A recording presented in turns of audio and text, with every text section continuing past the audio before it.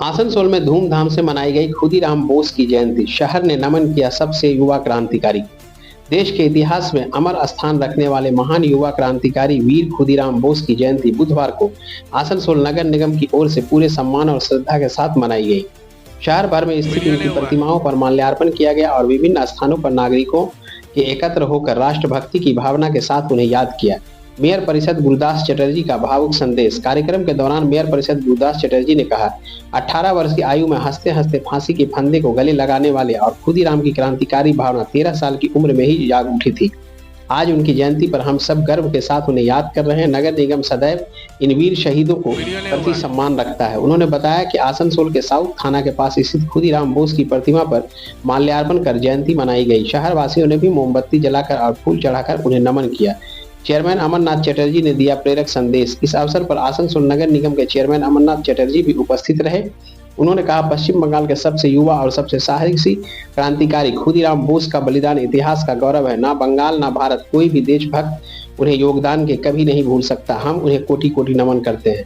Chairman ने आगे कहा कि युवा पीढ़ी को खुदीराम बोस जैसा शहीदों की प्रेरणा लेकर राष्ट्र निर्माण में आगे आना चाहिए।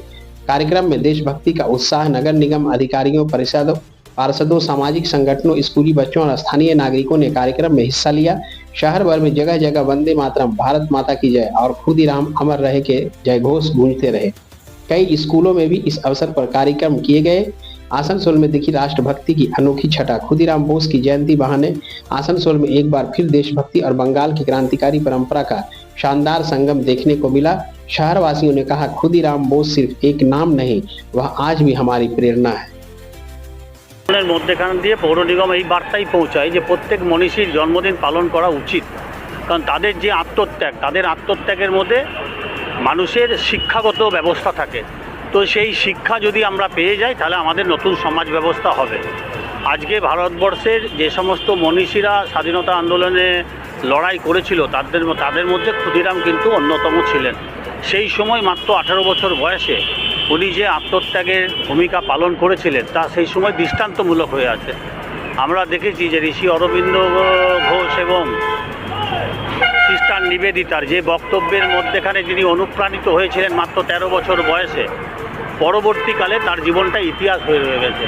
আজও সবাই বীরত্বের কথা আলোচনা করতে গেলে ক্ষুদিরামের কথাই আলোচনা করে। ওনার আত্মার শান্তি কামনা করি এবং শহরবাসীকে আমি নমস্কার করি সকলকে, যে আপনারা বারবার ওনার যে আত্মবলিদান সেটা প্রচার করুন, তাহলে কিন্তু আমাদের শক্তিশালী সমাজ ব্যবস্থা তৈরি হবে। গর্ববোধ মনে করি, কারণ মাত্র 18 বছর বয়সে যে সাহসিকতার পরিচয় ব্রিটিশদের এগেনস্টে উনি দেখিয়েছিলেন তা এক কথায় অভিভূত।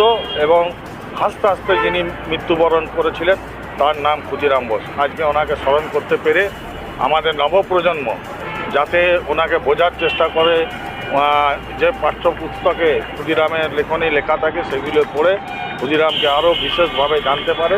এই কথা বলে আমার বক্তব্য শেষ করছি। ধন্যবাদ।